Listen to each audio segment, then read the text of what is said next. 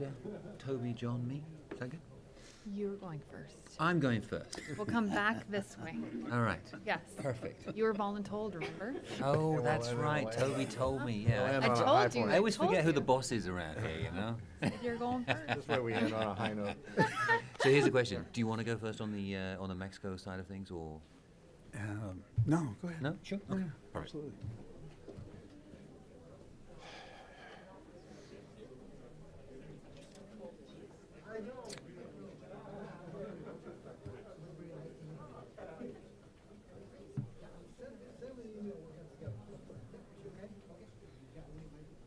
And some little space heaters down here.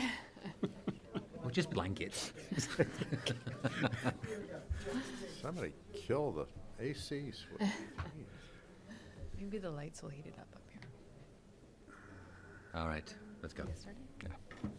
All right. Well, welcome back, everybody. My name is Jitan De Silva, and I have the honor and privilege of representing the Canadian province of Alberta here in the United States, based out of Canada's embassy just up the road. And very happy to be here this morning moderating this panel. I was talking about my week over breakfast with my girls yesterday, and I was explaining to them that I was taking part in this event, and I'd be talking about Alberta's oil and gas, and then my 8-year-old started to giggle. She said, "Mama, you said gas."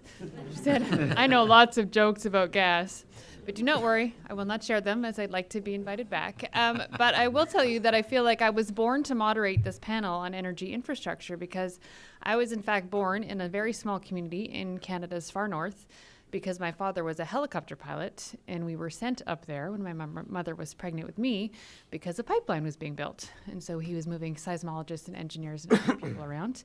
And then when I joined the Foreign Service, despite the fact my degree is Middle East Peace Studies, I think they looked at the fact that I grew up in Alberta, which I think arguably has the most pipelines per capita in all of Canada. And the first file they gave me was the cross-border U.S. energy file. So I've spent the last 15 years of my professional career working on cross-border energy issues. And so very happy to be here today. I think that the previous panel was a great precursor to this conversation here. We had some very bright minds tell us about the state of play in their jurisdictions and some of the interesting challenges that we're facing. We heard about the current administration here in the United States and their focus on energy dominance, or pick your adjective. They've moved very quickly to approve some things like the Keystone XL pipeline, but we continue to see resistance and activism at the state level and how those various pieces knit together. In Canada, we heard from Jim Ellis, who leads our regulator in Alberta. The federal government, the National Energy Board, is in fact undergoing a revamping, and they're changing the way they look at things as they really try to balance continued resource development with a greater focus on environmental stewardship and community engagement. So they're looking at things like upstream greenhouse gas emissions. They're looking at how they better speak to communities. As Jim pointed out, our regulators and the expectations of them has changed quite considerably over the past few years. And so how do we help better resource our regulators to respond to that need from the community? And then additionally in Canada, we're looking at ways to have a more respectful and meaningful engagement with our Indigenous communities and how we incorporate their traditional knowledge. So this leads to some very complex questions, of course, in a country as big as Canada, where we've got some big energy projects on the go as well, not just pipelines, but we see resistance as well to where wind farms get sited, how electrical transmission lines for hydro projects get built, and where those get sited as well. So it's not limited simply to the fossil fuel sector. And then, of course, in Mexico, we've had some big energy reforms. We heard this morning about how investment in the energy sector in Mexico is way up, how the increased demand for natural gas is leading to opportunities for U.S. producers, but that, of course, leads to the need for pipelines to get that resource to markets and to consumers, and how do we ensure that that infrastructure gets built. So I think we're going to have a really interesting conversation. We'll keep you engaged between now and lunch. I'd like to start by introducing the panelists, and then we'll open it up for their initial comments. So you met John earlier this morning. He introduced himself. We're very pleased that he's agreed to join our panel. Duncan, I feel like Duncan needs no introduction, but Duncan is the director of the Wilson Center's Mexico Institute. He considers himself a North American citizen, right? He lectures and publishes widely in the U.S., Mexico, and Canada on intercontinental issues and relations, with a primary focus on U.S.-Mexican ties. He's also been working on Mexican energy issues for 12 years, so before The reforms were even a glimmer in the government's eye, one might say. Also joined up here by Toby Mack. Toby is the president and CEO of the Energy Equipment and Infrastructure Alliance, the trade association representing the North American oil and gas production and infrastructure supply chain, including suppliers of equipment, construction, materials, supplies, technology, and services to upstream, midstream, and downstream operations and infrastructure development. So a whole lot of people, it sounds like. Prior to joining EEIA, Toby served as president of Associated Equipment Distributors, the trade association representing suppliers of heavy equipment and related products and services to the construction, energy, mining, and forestry industries in North America. He also previously served as CEO of the National Electronic Distributors Association, vice president of the Electronic Industries Association, and as a U.S. Navy officer. So welcome, everyone, and we will start over here with Duncan and then make our way back over to this side of the table. So over to you, please. Thank you, Jiten. First of all, I'd like to apologize to everybody for the extreme cold in this room. It's a ghost that we're trying to exercise. We haven't been able to get it out of the building, but that's why there's ice on everything. The real reason is, in fact, that we're trying to boost profits for the energy industry. So you can thank me all later on, okay, in the form of a check. On infrastructure, there's a couple of points that I'd like to touch on in opening comments. And the first is on U.S.-Mexico and infrastructure. And the second one is on Mexico itself. And I know that John is going to go a lot deeper on Mexican infrastructure spending in the energy sector. But let me begin with this. This is a book that you may have seen outside. It's a publication that we produced at the beginning of this year for the new administration here in the United States called Charting a New Course. And in that, there's a chapter on U.S.-Mexico energy and climate cooperation. Part of the chapter focuses on what had already taken place over the past 4 years, and the other half of the book was forward-looking. And in that that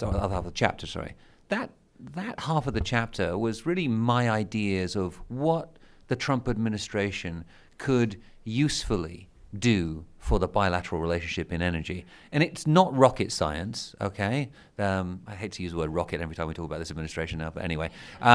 It's not rocket science. What I did was I simply looked at what President Trump's policy priorities were on energy during the campaign, and to say, all right, some of these are viable ideas that we could actually work on together on a cross-border basis.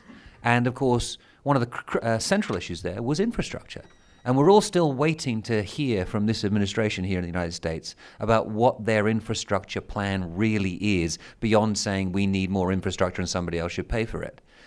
That, I think, is still, I find it extraordinarily frustrating that there is enormous potential there in this administration.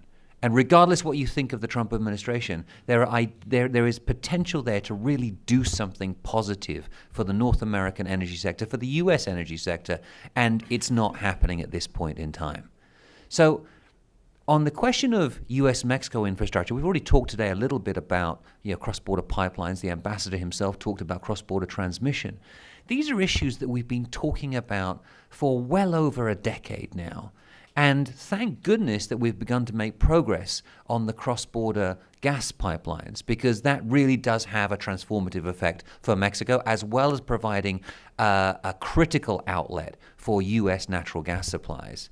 And we've made great progress on that. But on the question of cross-border electricity transmission, this should be a no-brainer. This should be a no-brainer because of the efficiency in the regional market that would stem from being able to exchange electrons in a much easier way than happens right now. It would spur further investment in generation on both sides of the border. It would allow for complementarities to exist between renewable resources on both sides of the border, for U.S. natural gas-powered generation to act as backup for Mexican renewable energy sources, and vice versa. And you have the possibility here of beginning to think about electricity markets in North America, or at least between the United States and Mexico, in the same way as we think about them between the United States and Canada. That is still, to me, seems a ridiculous, absurd situation, that we have deeply integrated economies, deeply integrated production systems for manufacturing, And yet we have not integrated the electricity systems of Mexico and the United States in the way that they should be. There's an enormous amount of money to be made out of this, and there's an enormous amount of efficiency to be gained from it. So I'm still waiting to see whether or not the administration is going to come up with meaningful proposals for this. The fact that Secretary Perry, met with his Canadian and Mexican counterparts earlier on this year was, to me, a positive, optimistic signal. But I'm waiting to see what that agenda between the three energy ministers is going to shape up to be. I really liked the agenda of the past 4 years. It was a getting to know you agenda. It was about mapping out the energy resources of North America. It was about thinking about how you could work on questions of human capital and an infrastructure. It was obviously a heavy focus on climate change. I'm not saying that it has to be those issues. What I'm saying is, let's come up with an agenda between the United States, Mexico, and Canada on energy at the level of the federal government so that we can actually put in place mechanisms to bring that to fruition. And for me, infrastructure needs to be part of that. So let me switch now just to talk a little bit about Mexico, and I'll let John delve deeper into this. But I think that, the ambassador this morning already talked a little bit about the investments that have taken place in the electricity sector in Mexico. $6.6 billion coming out of the two long-term power auctions that have already taken place. We're expecting great enthusiasm as well for the auctions that's taking place right now in Mexico. We don't know the results, but we're seeing that there is a huge amount of enthusiasm amongst investors to invest in Mexican electricity generation. I was at a renewable energy conference in Mexico last year, and speaking to the investors there, they said, this is really the place in the world that you want to be in the renewable sector right now, because the regulations are market friendly, and there is huge potential for growth. And most of them said, things that we can't get done in the United States, we can get done here in Mexico. And you saw that reflected in the prices for electricity generation that came out of the auctions last year. In the first auction, we had record low prices for solar energy. And everybody said, those prices are probably too low. Those companies are not going to be able to deliver on it. Then the second auction came around and the prices went even lower. Clearly, these are sustainable prices, and partly because of economies of scale, partly because of technological advances. But this is something which is really, really exciting in Mexico at this point in time. We have Héctor Olea from Gauss Energy, who's going to be speaking this afternoon on solar power in Mexico. But I think it's one of those things which makes a lot of us Mexico observers happy, because we've been talking about it for so long and it's finally happening. And the potential here, I think, is being realized, but there's still a long way to go. And to make that happen, we obviously still need to invest a lot more in transmission capacity in Mexico. There are projects planned already, but we need to think more strategically about those transmission projects throughout the country, linking together renewable energy resources, but also between Mexico and the United States. The projects that we've talked about for over 10 years. On the Baja California border, on the Texas-Tamaulipas border, these are things that really do need to happen. So hopefully, once we get beyond all this unpleasantness over NAFTA, and let's pray that we do, then hopefully the governments can sit down and begin to talk about that in a meaningful way. Thank you, Duncan. Over to you, John. Okay. So I thought I was done for the day, but Duncan pulled me back in. But happy to share some thoughts and comments on energy infrastructure, because I think it's absolutely the vital link for the benefit of countries on all sides. And so when we take a look at Mexico, Duncan referred to the investments. And so the government came out with their expected investment, their projected investments for post-energy reform during this administration. And quite frankly, I don't have the figure right off at the top of my head, 40, 60 billion. We've well surpassed those numbers, first of all. And second of all, I would argue that we've only begun to scratch the surface. And a lot of that is because when you're moving from monopolies to an open market, the dynamics change radically.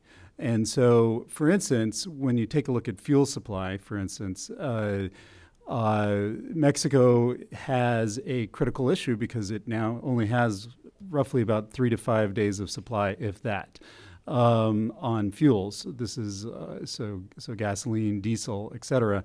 That worked under a monopoly. It just does because it's quite frankly, in many respects, much more efficient than what an open market does, counterintuitively. When you have lots of players in the mix, you actually do need much greater amounts of supply. So this is an issue that is front and center. CFE has been looking to convert some of its old terminals, fuel supply terminals that it no longer needs. Private sector is looking at several different locations to site different facilities. Then you take a look at the natural gas side, and what Pemex used to do when it ran the national pipeline system was it basically packed the pipelines because there was no storage. So the only storage that really exists in Mexico continues to be LNG terminals. Kind of frightening. And then what Pemex would do is anytime that they had excess supply, they would then just shoot it across the border back up into the United States. So when you take a look at actual figures in the past, what you saw is that there were quote unquote exports, but those exports up to the United States, by and large, were really just the relief valve that Mexico used to because they didn't have any place to put it.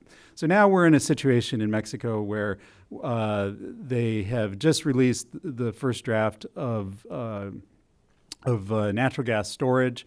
Quite frankly, from our perspective, less than ideal. It's not really market driven, but it's a first start. And the issue that Mexico is really kind of grappling with right now is who pays. Right? So storage has a cost, but it has a value. And I think that that's a issue across the board that's really critical, which is redundancy. Redundancy works not just in Mexico, it works across the board. So Hurricane Harvey takes place. You have a shutdown of production. As Randall said in the last panel, we've put kind of all of our eggs in one basket on the U.S. side with the U.S. Gulf of Mexico. Similarly, the issue that you have is that you want to have kind of excess capacity because that's going to ensure that prices remain less volatile and that you have surety of supply. So that is good for everybody across the board. Just in terms of infrastructure, I would say when we take a look at the pipeline system, we have, if you looked at the old infrastructure that Mexico had on the natural gas side, the national pipeline system basically ran down from Reynosa, all on the eastern seaboard, and it goes through a lot of the facilities that they have. The western part of Mexico continues to be vastly without that infrastructure. So now as companies like Fermaca are building pipelines down into the western side, and you have Manzanillo, the LNG terminal, now you can start to create some of that infrastructure that's going to be really critical, not just for Mexico, but really for the system. Thank you. Toby. Thank you. First of all, thanks to the Wilson Center for this opportunity and a great forum for discussing some really critical issues. Jitan introduced our organization. Our mission is to advocate for policies that support natural gas and petroleum production, transportation infrastructure, and the projects themselves, both at the federal and state level. And has been said earlier, much of the activity in permitting and building these projects is occurring at the state regulatory level, not here in Washington. To the end of supporting projects and infrastructure generally, we've recently launched Energy Builders, which is a campaign to mobilize the voices of local and regional energy supply chain businesses and their workers to advocate for this new build-out of energy infrastructure. And to put a line under it, what's happening now is there is a massive amount of infrastructure construction pipelines primarily, either under construction or on the drawing boards, and we're in a process of kind of rematching the new producing areas that are burgeoning now in the Northeast and the Appalachian Basin, and in Texas and in other areas, to the marketplace. And so there's a build-out going on, and right now there are something north of $50 or $60 billion worth of projects that are either on the drawing boards going through the approval process and or are under construction today. So there's a huge build-out happening. It's going to go on for the next several years, and there is also concurrently a tremendous amount of regulatory review going on with these projects. Again, often very, very much focused at state level regulation and state level permitting. Our campaign is centered in the communities where the energy is being produced and where the infrastructure is being built, and where the equipment and materials and supplies that fuel these projects are being manufactured. And it's important to understand, when you're looking at the supply chain for energy infrastructure, it's not just along the project routes, but it's all throughout the country where the equipment and the supplies and the materials and the services are being produced and provided that go into these projects. A project being built in West Virginia depends critically on equipment that may be built in North Dakota, Illinois, or just about any other manufacturing center in the country. So that's an important part of the supply chain's structure. We are engaged in countering what we've spoken about before today, what we see as a rapidly escalating war on pipelines. It's being waged by the Keep It in the Ground movement. They're very, very well organized and funded, and they've targeted pipeline projects as their primary strategy to impair production and consumption of natural gas, crude oil, and petroleum products. And I think we're seeing this on all three partner countries in North America. It's certainly a big issue in Canada as well as it is in the United States. The theory is that if you can cut the veins, you can kill the heart. And so they've focused their fire on pipelines to impair the ability of production to deliver its product to the market. Tactics of this opposition, they range from demonstrations to disruption of administrative proceedings, trespass and disruption of work sites, illegal activities including vandalism and violence, intimidation of regulators, and threatening financial institutions and retirement funds that are investing in energy projects. So they have a multi-pronged, multi-phase opposition front, and they're very, very well diversified throughout many, many local organizations, as well as directed from the national NGO headquarters. Our focus is to highlight the many positive aspects of pipelines, including the jobs that they create, both in their construction and operation, the safety of pipeline delivery of product, the community prosperity and the energy affordability and security, and the beneficial environmental impacts, and to call out the opposition's extremist activities and messages and counter them with our positive messages of those things that I mentioned. We're mobilizing a core of supply chain professionals and workers to advocate for these projects in the communities and states where they're being built and supplied, including participation in hearings, local and state policymaker lobbying, and just serving as advocates and champions within their organizations, their companies, and their communities for pipeline infrastructure.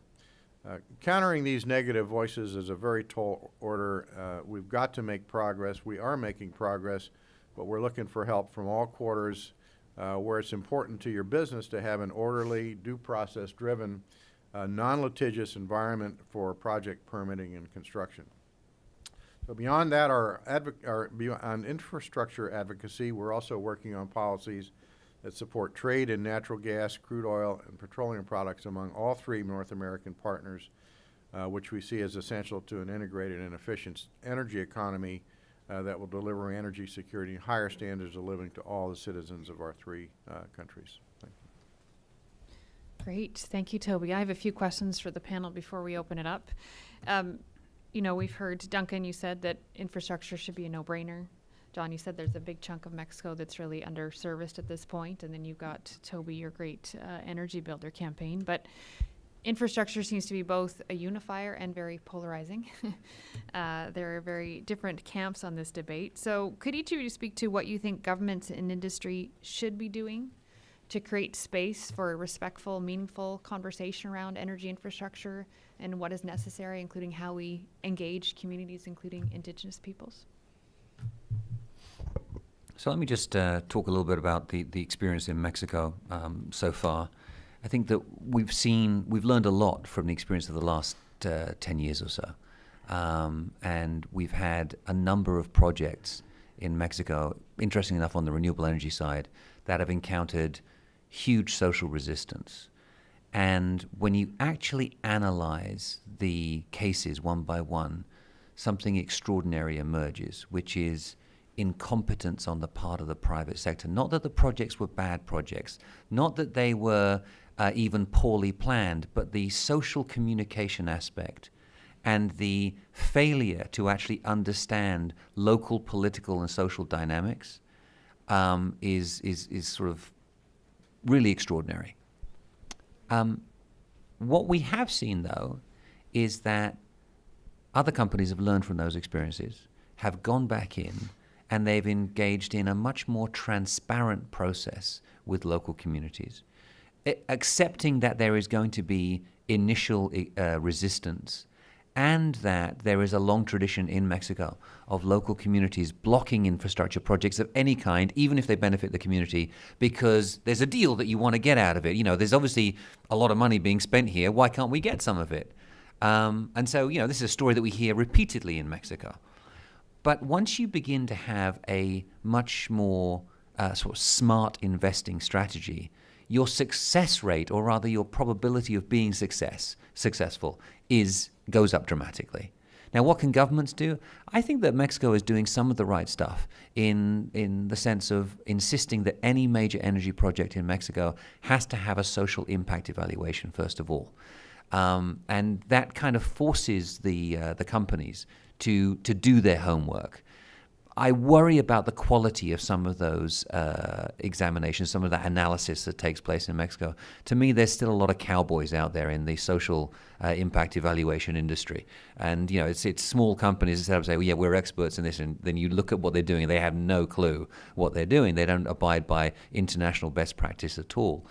But I think that what we are seeing is that because of the scale of the investments, the private sector itself is actually taking the lead in making sure that they don't throw money down the drain in these projects. So creating a more transparent process, sharing experiences on how to do this right, and actually engaging with both industry and civil society, I think is going to have to be a crucial component. It's not going to solve all the problems. There will always be problems in major infrastructure projects in Mexico and around the world. But I think that there needs to be, if we focus on the lessons learned from failures in the past and successes in the past, we'll move in the right direction. So I think, the first thing that I'd put on the table is that you have to recognize in Mexico that we're moving from monopolies to an open market. That, by its very definition, changes the dynamics tremendously.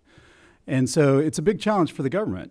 It's a big challenge for the government in terms of how they treat these monopolies, which are still government-owned, versus the private sector. But as more and more billions of dollars come in, private sector then is going to want to say, well, wait a minute, if there's an accident offshore with Pemex, are they being treated the exact same way that we would be treated as with our investment dollars? It's a really complex equation. It's again one of those things that's 1,000 shades of gray.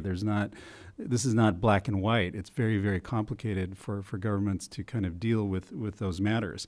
I think one of the biggest issues that at least Mexico is got to spend increasing amounts of time on is really the issue between federal versus state and local.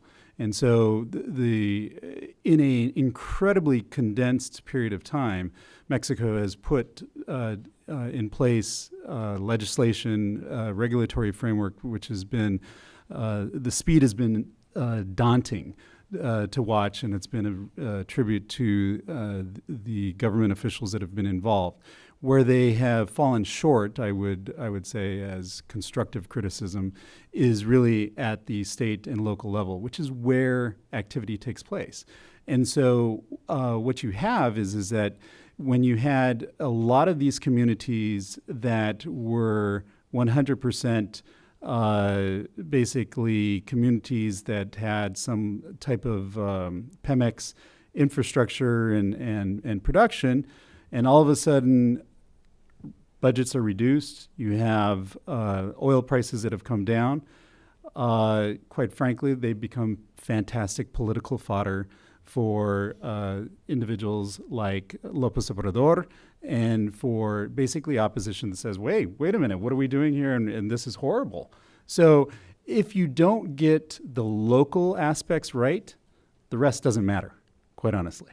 And I think so non-technical risks are a huge thing, and it's not just in Mexico. I mean, I think it's exactly what Toby's talking about here in the United States.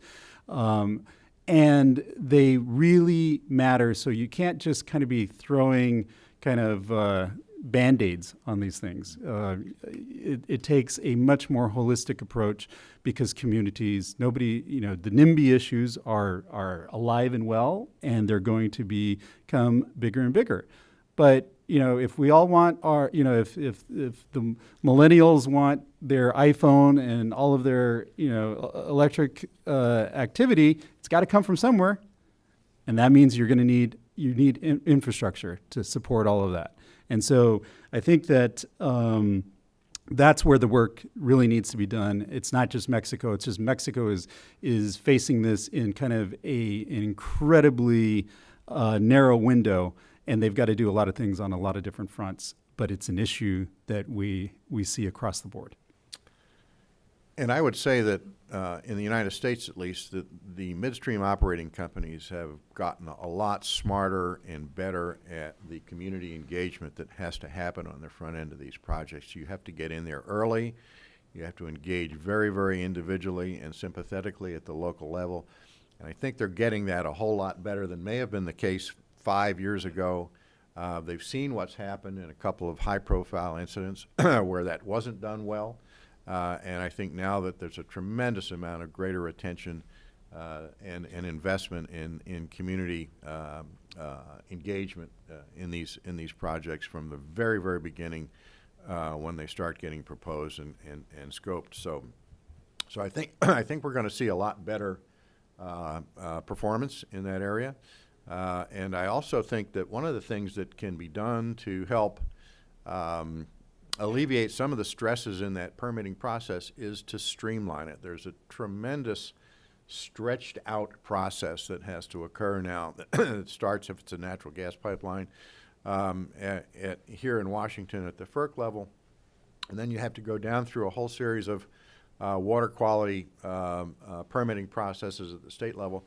That can all be done sequentially, very, very well, easily, and properly. Right now, it's done serially, which stretches out the process. And the longer that process goes, the more opportunity you have for mischief on the part of people that are trying to stop the project. And so, streamlining and compressing that whole approval process cycle from the federal down to the state and local level, I think is something that's going to really facilitate getting these projects. And by the way, it reduces, it compresses the time needed to plan and execute these projects, which reduces the cost, which you can eventually get fed through to consumer energy costs. So I think there's a lot of positives there as well. Let me just come in here. I think that what you hit upon there, Toby, is one of the big problems, which is how do we distinguish between a legitimate cause for complaint and people who are just opposed ideologically. And this is one of the things that came up with Keystone XL, of course, but we see it in lots of projects. There are people out there who say, no, I just don't want it. and they're willing to cause all kinds of mischief to prevent it from happening. But then there are also cases, of course, where something needs to change in the project to make it viable for the local community. And how do we really distinguish between those two things? Who is going to be the arbiter of that? And that's a really difficult question, I think. And I certainly haven't come across a good answer to it yet. I know one thing that you see, and this becomes a very, very important part of the process, is that there's an original proposed route map that the operator designs the project with, and then they'll go into the local community, and it's not atypical to have 400 or 500 or 600 adjustments to the route to accommodate local issues and landowner objections and so forth. There's a great deal of flexibility that goes into how these projects eventually end up, the route map eventually ends up getting finalized. We all know, and it's been acknowledged here many times, that the adamant opposition to fossil fuels being produced and consumed is driving a lot of the opposition behavior. So I think it's pretty clear what opposition is coming from. You can look at the organizations that are sponsoring the opposition, and you can look at the local and community conversations and debates, and particularly in the permitting proceedings that are occurring. You can hear those conversations, and you can really clearly see what advocacy is coming out of just blanket fossil fuel opposition, and what is coming from, a sincere belief that a project should, be sent around their property differently or sent through a different location. So I've not been too confused about which is which in going to many of these local events. All right, so I have one more question for the panel before we open up to questions from the floor. And I know it's a question we've heard asked of every panel before ours already this morning, but be interested in your views here about what do you think the potential mechanisms are for collaborative energy infrastructure planning, even permitting if we want to think boldly, and whether or not you think that the NAFTA negotiations or the current rhetoric around the NAFTA negotiations might impact this. I'll start off very high level, and I think that we need to change the way that we think about the region of North America. We need to start thinking about where demand centers are and where sources of energy are, and we need to temporarily erase borders from our minds, from the maps in our minds. And so that, if it makes sense to, on an economic basis, to integrate the economies of Nuevo León, Coahuila, Tamaulipas with Texas, because there are demand centers there and there are energy sources. Let's do that. Let's think about doing that, and let's try to overcome the questions of, that's another country. It doesn't make a lot of sense to think that way. And as I said earlier on, the U.S.-Canada example, I think, is a perfect one. The second thing, I think, is that what we learned from the past 4 or 5 years, at least since 2014, is that once you begin to bring together policymakers at the North American level, the energy and natural resources ministers, you do it on a regular basis, and you make sure that their staff get to know each other. This socialization process actually works, and you can very quickly identify areas of common interest that can make these issues move more rapidly. Now, in the case of the past 5 years, infrastructure was not a priority for the North American conversation for obvious reasons. It was highly controversial, but it shouldn't be at this point in time. So, if I was able to get my issue onto the agenda the next time the energy ministers get together, it would be that. Let's talk about regional cross-border infrastructure projects. Comments that I would make, I think, goes back to actually what Dave said in our morning panel, which is that the way that molecules are traded. First of all, where did that molecule come from? I mean, and does it really matter? First of all, this is electronic. This isn't your granddaddy's system.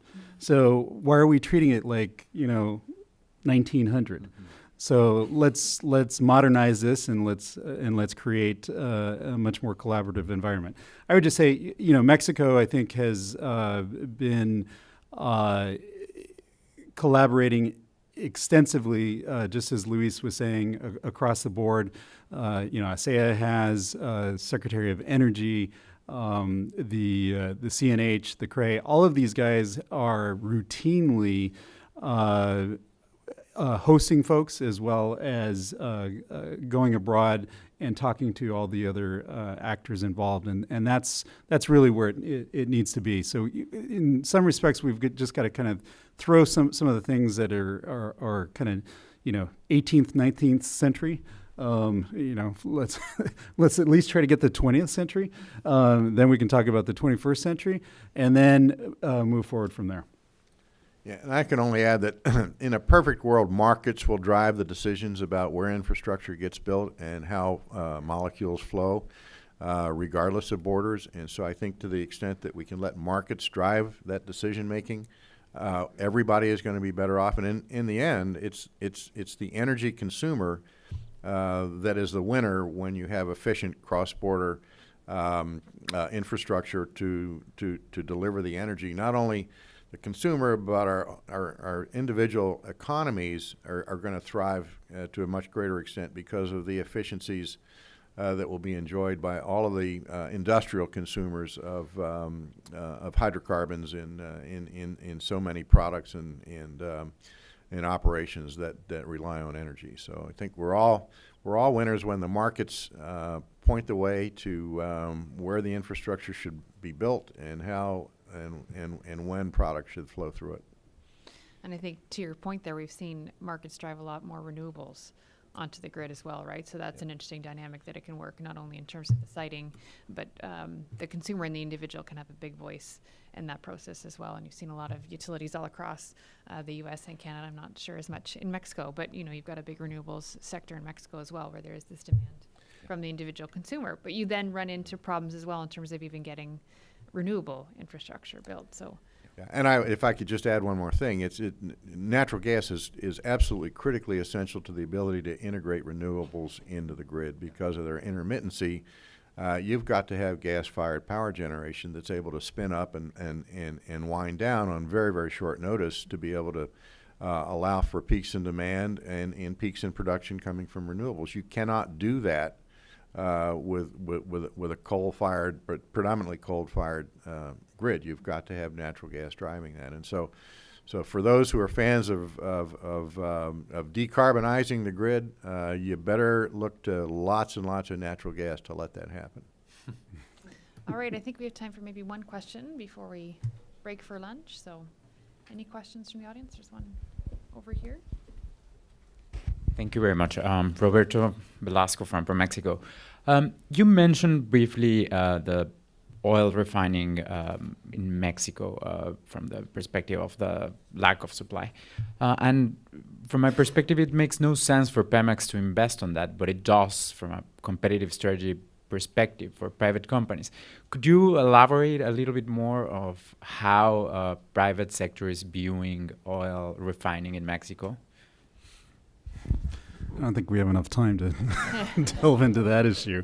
Let me make some brief comments. I mean, I would say that is there a potential market? Absolutely. Is there a lot of complexity surrounding what Pemex is, what it should be, where it's investing? Absolutely. And then we have the overhang of the Pemex Union, which is their power base has always historically been in the refining side. And so when private sector looks at investment in refining in Mexico, despite what I'm going back and I'm giving way too much airtime to this, but Andrés Manuel López Obrador said here in Washington, D.C., more refineries. Well, I mean, it masks the underlying issue of how do we fix what's broken? And so until you fix what's broken, you can't really address how you're going to then deal with the rest. So, I mean, a lot of a lot of refiners up in the U.S., have said, "Oh, well, there's enough capacity and we can supply that." Well, I think when you have situations like Hurricane Harvey, you go, "Well, we do need some redundancy in the system. We do need some activity that exists on both sides of the border." But how do you address that? And I think those are going to be the fundamental questions that any new administration in Mexico is going to have to deal with, because it's a huge overhang. It employs a tremendous amount of people. These require massive amounts of money if you're going to do it right, and it's an incredibly complicated set of dynamics.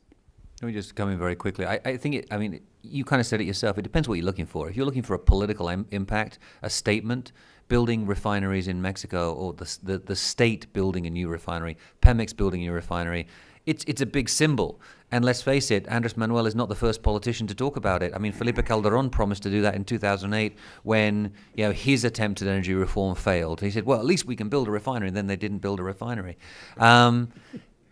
If you have limited funds, what are you going to put your money into? Are you going to put it into refining where the margins are relatively small, or are you going to put it into exploration production with a potential upside that's very, very big, depending upon prices, the size of the upside? But, I think back in 2008, 2009, most of us who followed it back then were saying, why are we going to spend $9-10 billion on a new refinery when those $9-10 billion could go into a project in the Gulf of Mexico that would deliver a lot more benefit to the nation? Once you have an open investment system in the energy sector, you can do both. That's the great thing, as long as the projects are viable. And I tend to agree with John. It's like if it makes sense to import refined product from the United States or from anywhere else in the world, we should do it. If it makes sense to do that in Mexico, on an efficient market basis, then let's do it in Mexico. And if supposing that the financing is there and that we can get these projects done, then why not? I don't think it has to be, a question of this is a good idea, this is a bad idea. If you can make the conditions right, if you can get it all together, and if the private sector's willing to invest in it, then let's go ahead and do it. But let's not take valuable resources out of a national oil company which is already struggling and put them into refining where it's really not going to pay off in the long term. All right. I think we're getting the signal here that it's time for lunch. So if everyone could please join me in thanking our panelists. I'm sure they'll be available for questions after. Oh my God, frozen. Yes. Yes. I hope they have soup. Kind of like last night.